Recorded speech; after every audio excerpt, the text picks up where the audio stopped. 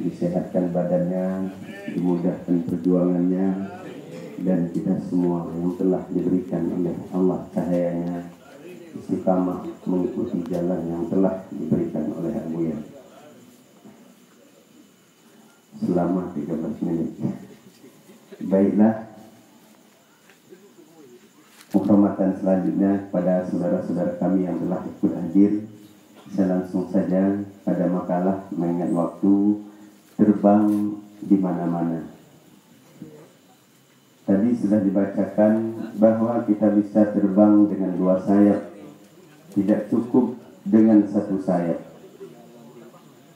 Tauhid tasawuf mengajarkan kepada kita ilmu syariat, tarekat, hakikat, dan makrifat. Ilmu dan pengamalan syariat itu dikatakan hanya mengamalkan 1 sayap, yaitu sayap kanan. Jadi kita boleh saja berilmu dengan ilmu akidah, ilmu tasawuf, ilmu fikih, tapi dengan ilmu itu kita belum cukup untuk dekat kepada Allah, untuk memandang senantiasa wujud Allah di dalam batin kita. Maka ini perlu ilmu tarekat dan ilmu hakikat. Di sini dikatakan hal dan pengamalan hakikat atau sayap kiri. Zahir kita senantiasa di atas syariat yang baik. Kita melakukan perintah-perintah Allah dan larangan-larangan Allah. Kita lakukan perintah Allah, baik itu salat, puasa, bersedekah, dan lain sebagainya. Itu kita menyaksikan sebagai tanda sayang Allah kepada kita. Begitu pula ketika kita menyaksikan larangan-larangan Allah terhadap diri kita. Kita dilarang untuk melakukan maksiat, berbohong, berjudi, berzina, segala macam. Tentu Allah yang lebih tahu akibat buruk yang akan dirasakan oleh hambanya. Itu pun kita menyaksikan bahwa larangan Allah terhadap kita itu adalah sebagai tanda sayang Allah kepada kita.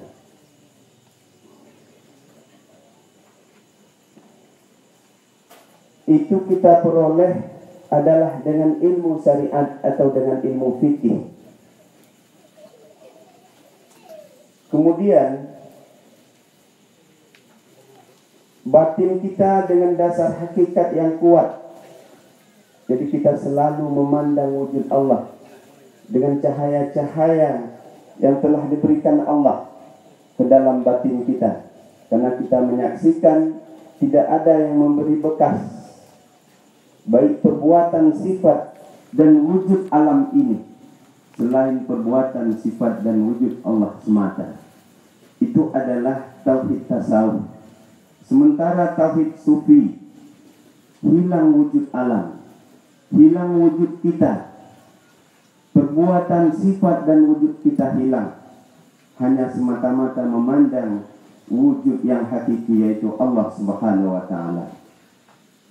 Ibarat mobil yang mempunyai rumah atau rangka yang baik dan mesin yang kuat, maka dia dapat melaju baik melalui jalan yang lurus, jalan yang berbukit-bukit di tepi alur yang terjal. Nah, jadi maksudnya ini ibarat. Jadi kita dalam menuju Allah tentu ada cobaan-cobaan, ada cacian-cacian, apalagi kepada NPTT. Ada yang menyesatkan, ada yang mengatakan menuhankan Muhammad, macam-macam tuduhan kepada NPTT. Itu adalah lubang-lubang yang kecil. Bila sayap kita kuat, syariat kita kuat, kita lakukan segala yang telah kita pelajari dari guru-guru kita, kemudian hakikat kita kuat berpegang kepada Allah Subhanahu wa Ta'ala, lubang-lubang yang kecil itu tidak berasa. Karena kedua sayap kita itu kuat. sekalipun di dalam laut yang diterjang oleh ombak dan badai. Jadi cobaan-cobaan yang datang karena kita berpegang kepada hakikat, cobaan itu sama saja tidak ada.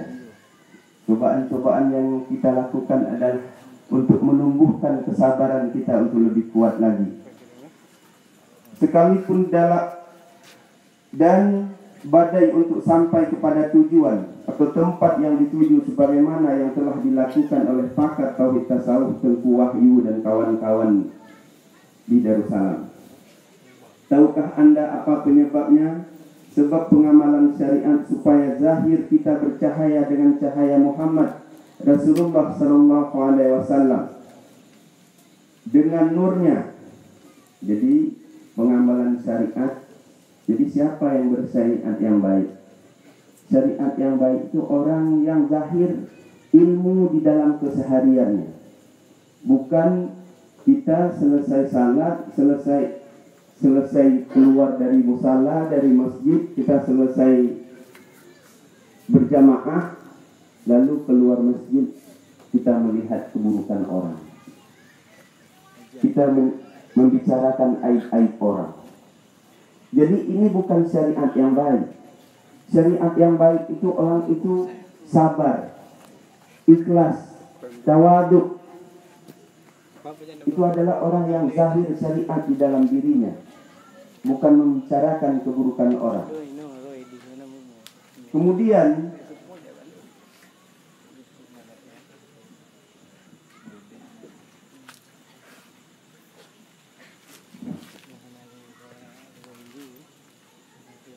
batinnya bercahaya dengan cahaya hakikat, maksudnya dengan cahaya Allah. Senantiasa cahaya-cahaya asma dan sifat Allah selalu terang di dalam batinnya.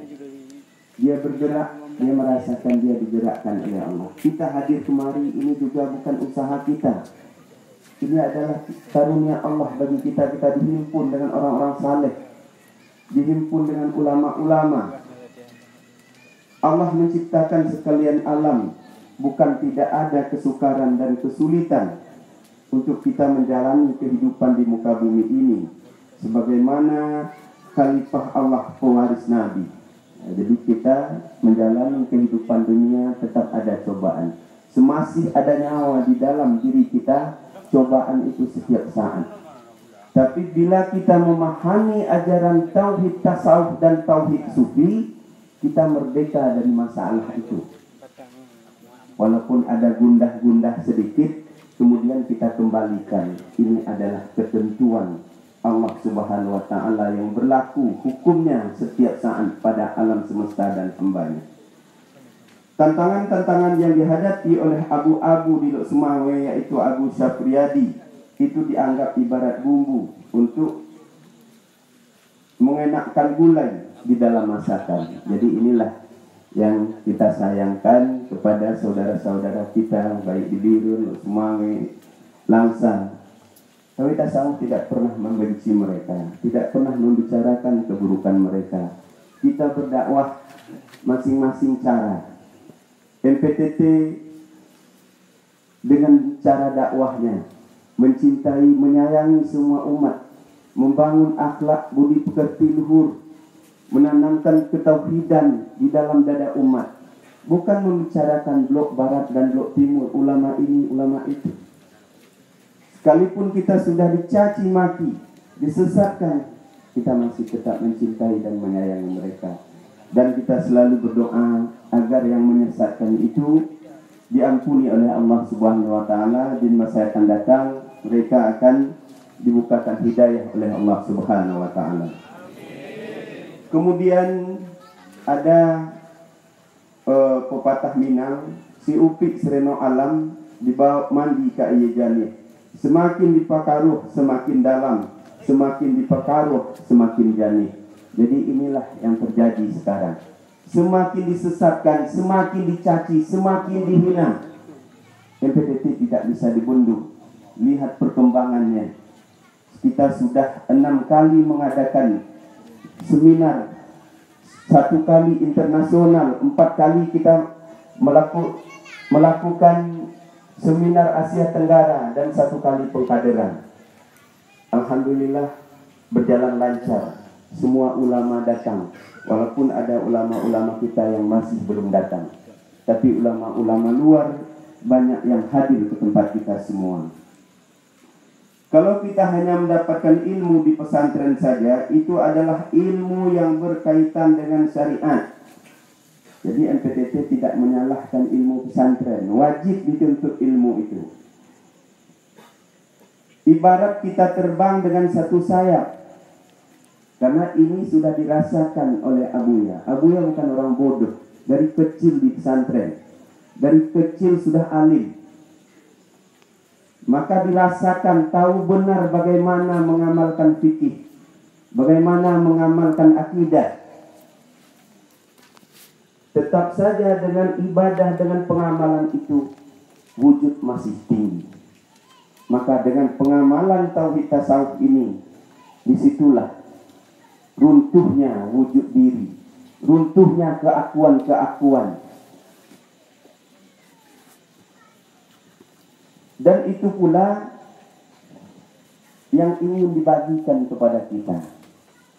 Buah-buah pengamalan, cahaya-cahaya makrifat yang dirasakan oleh Abuya. Abuya selalu berdoa kepada kita agar kita muridnya dan umat ini merasakan manisnya bermakrifat pada Allah Subhanahu wa taala.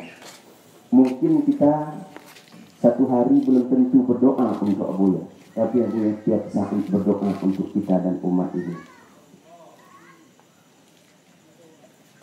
Jadi ibarat terbang dengan satu sayap, maka kita tidak bisa terbang kemana-mana. Karena kita dihantui oleh rasa takut, situasi yang tidak bersahabat, banyak melihat musuh-musuh yang datang dari diri kita atau orang lain. Ini biasanya, mohon maaf, walaupun berilmu alim, itu kadang-kadang masih banyak menyaksikan guru-guru lain, keburukan tengku-tengku lain. Semakin tinggi ilmu, kadang semakin dengki. Tidak boleh orang lain lebih dari dia. Ini adalah kalau kita hanya mengamalkan ilmu syariat.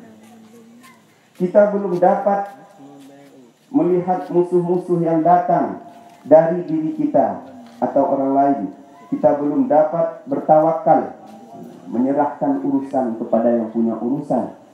Kita belum dapat bertawakal kepada Allah bahwa kita seperti ini, hari ini, itu dari Allah. Kita usaha kita walaupun sudah pontang-panting kita berusaha, kalau belum berhasil itu adalah ketentuan Allah. Belum dapat kita menyaksikan seperti itu. Kemudian tafwid atau taslim, menyerah penuh kepada Allah Subhanahu wa taala. Kita belum dapat mencintai sepenuhnya Allah dan Rasul. Hanya cinta di lidah, bukan cinta di hati.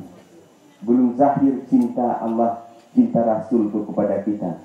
Kalau kita sudah benar mencintai Allah, benar mencintai Rasul, akan zahir cinta kita kepada umat ini.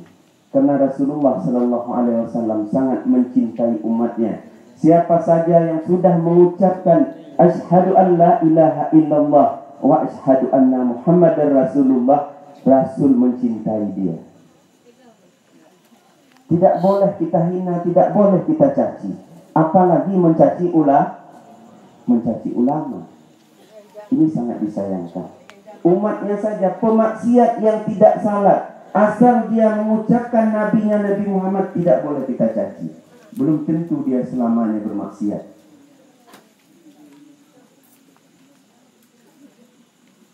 Masih melihat selain Allah dan memberi bekas dan menentukan di alam semesta, dan kita belum fana di dalam wujud Allah di waktu kita ada. Jadi kita terlalu banyak melihat yang memberi bekas di wujud Allah. Usaha kita, pekerjaan kita, anak kita, istri kita, bos kita, pekerjaan kita, seolah-olah itulah, tanpa itu tidak bisa hidup. Tidak ada ibu bapak sekalian, istri yang mati suaminya, kemudian bulan berikutnya istri itu mati kelaparan, belum ada. Bulan berikutnya mati anaknya kelaparan, belum ada. Kenapa kita terlalu menyusahkan dunia, menyusahkan pekerjaan, menyusahkan masa depan? Karena rezeki ini sudah diatur oleh Allah Subhanahu wa Ta'ala. Kita ditentukan hidup ini oleh Allah, bukan dari pandangan-pandangan kita, bukan dari cita-cita kita, bukan dari hayalan-hayalan kita. Maka kalau kita belajar tauhid sufi, fanalah kita ke alam baharu ini. Karena alam ini akan hancur, alam ini akan fana. Terlihatlah semata wujud Allah di waktu kita ada, sehingga kita tidak dapat berbuat dengan Allah, masih berbuat dengan diri selain Allah. Maka kita tidak dapat terbang kemana-mana karena cahaya hakikat belum kita dapati. Jadi kita tidak dapat terbang kemana-mana, tidak bisa bergaul baik, tidak bisa berakhlak, tidak bisa kita berkasih sayang, tidak bisa kita saling mencintai kalau belum ada cahaya hakikat itu di dalam dada. Melihat diri lebih baik, melihat diri lebih benar, melihat diri lebih sempurna, amalan kita sudah diterima, tobat kita sudah diterima, padahal belum tentu. Mungkin inilah uraian singkat, dikurang saya mohon maaf. Kalau ada yang kurang adab pada Buya, saya mohon berbanyak maaf. Kita dikumpulkan di sini, kita sangat bahagia. Semoga kita semua dan pesantren ini insya Allah akan berkembang dengan berkat kehadiran guru kita dan kita semua. Assalamualaikum warahmatullahi wabarakatuh.